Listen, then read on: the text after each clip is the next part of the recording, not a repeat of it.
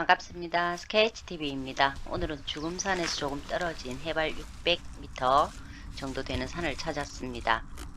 입구부터 멸가치 나물이 군락을 이루고 있는데요. 멸가치는 국화과의 식물로 숨이 찬 증세나 소변이 잘 나오지 않아서 몸이 붓는 증상에 좋다고 합니다. 지금 여린 순을 뜯어서 나물로 이용할 수 있지만 저는 다른 목적물이 있어서 산으로 들어갑니다. 산으로 진입하자마자 두릅을 만나는데요. 두릅은 억세어져서 못 먹지만 순한 순도 들어 보입니다.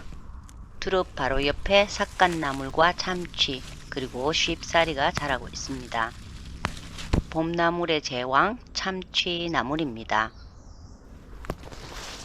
쉽사리도 식용하지만 오늘은 우산나물과 참치가 주 목적물이기 때문에 그냥 지나칩니다.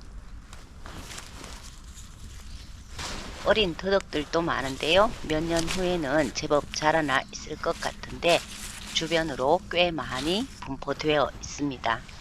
역시 참치이고요.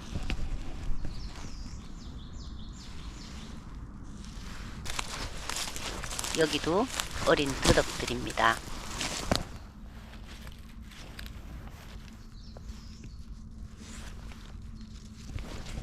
누가 씨를 뿌려 놓은 듯 빼곡하네요.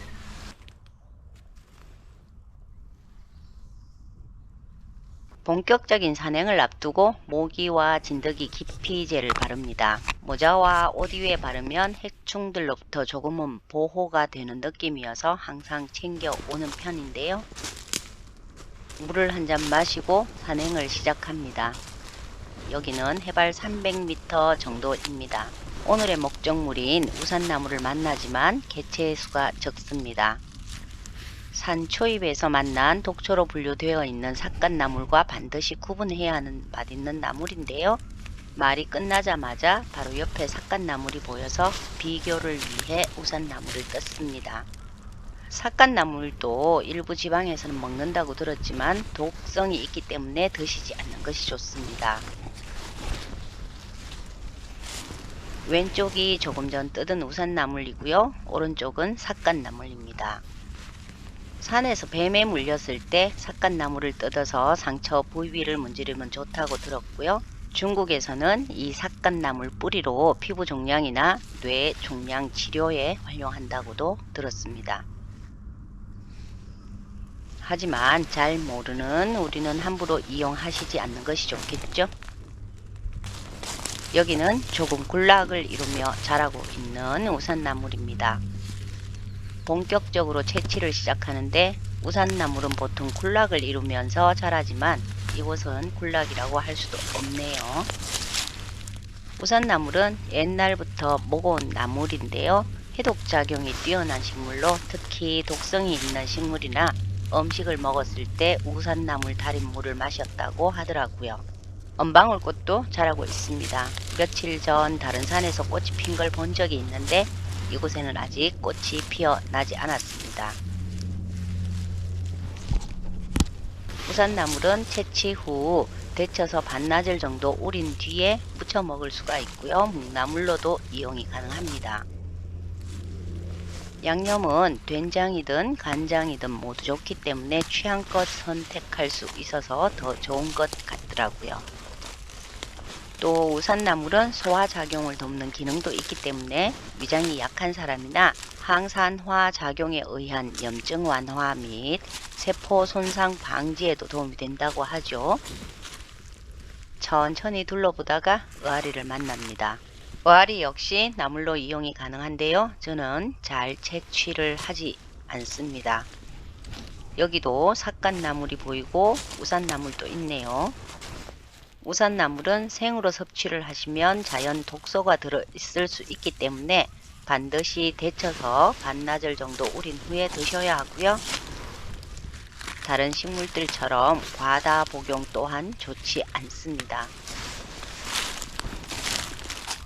독이 있는 식물은 잘만 활용하면 약이 될 수 있고 약이 되는 식물 역시 과다 복용하면 독이 될 수도 있기 때문에 무엇이든 잘 알고 적당량 먹어야 합니다.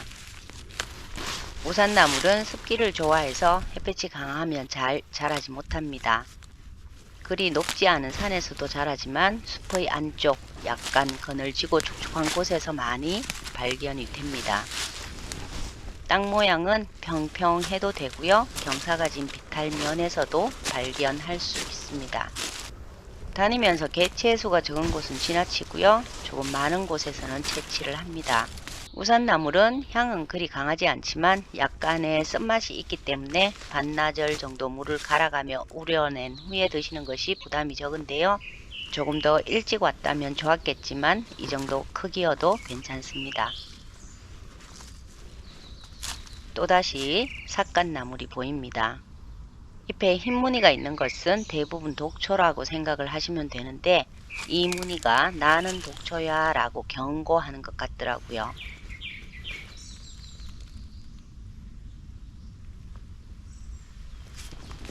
더 깊이 들어왔습니다. 나비나물입니다. 새소리가 아주 좋은데요. 이 모든 것이 제겐 힐링입니다.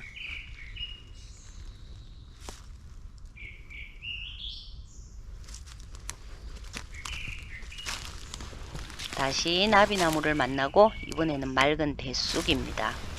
맑은 대쑥은 두통에 좋아서 말려 두었다가 차로 이용하시면 좋은데요. 우산나물이 생각보다 많지는 않지만 그래도 열심히 다녀봅니다. 개체수가 적어 지나치다가 단풍마를 만납니다. 몸에는 좋지만 캐는 것이 힘들어서 산에서 마 종류를 만나면 천마 외에는 캘 엄두를 내지 못하는데요. 원래는 천마가 늦어져서 이제 시작이라고 하는데 언제 천마를 보러 갈 수 있을지 모르겠습니다. 다시 우산나무를 만나는데요. 잎들이 모인 곳에 붉은 점이 있고 잎은 모두 분리되어 있습니다. 잎은 대부분 7장으로 해독이나 독소 배출에 좋고 한약명으론 토화산이라고 부르는데요.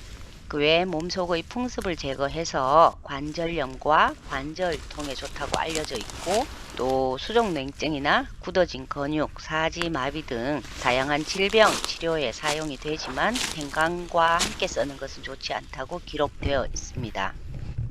참치입니다. 참치는 누구나 아는 나물이기 때문에 뜯어가는 분들이 많죠.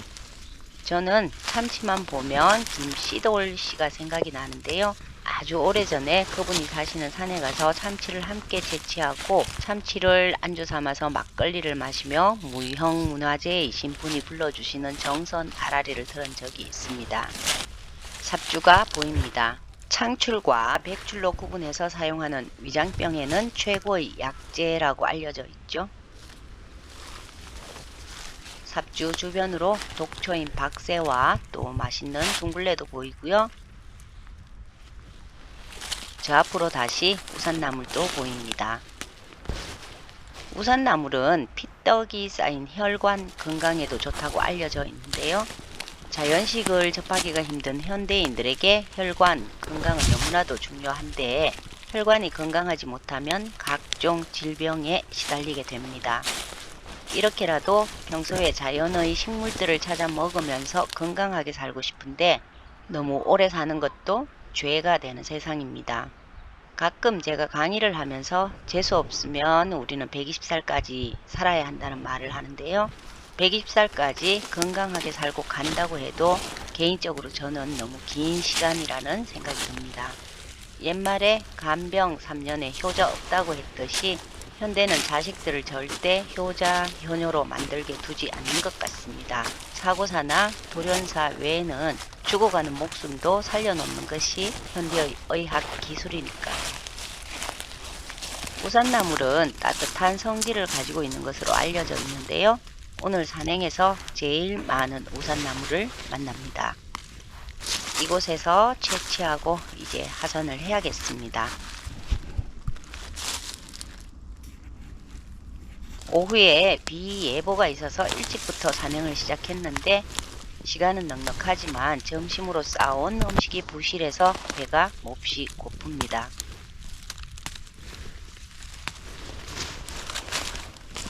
오늘 채취한 우산나물로는 장아찌를 만들 생각인데요.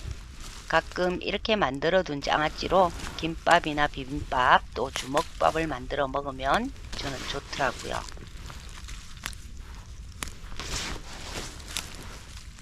하산을 하려고 하면 꼭 목적물이 많이 보입니다.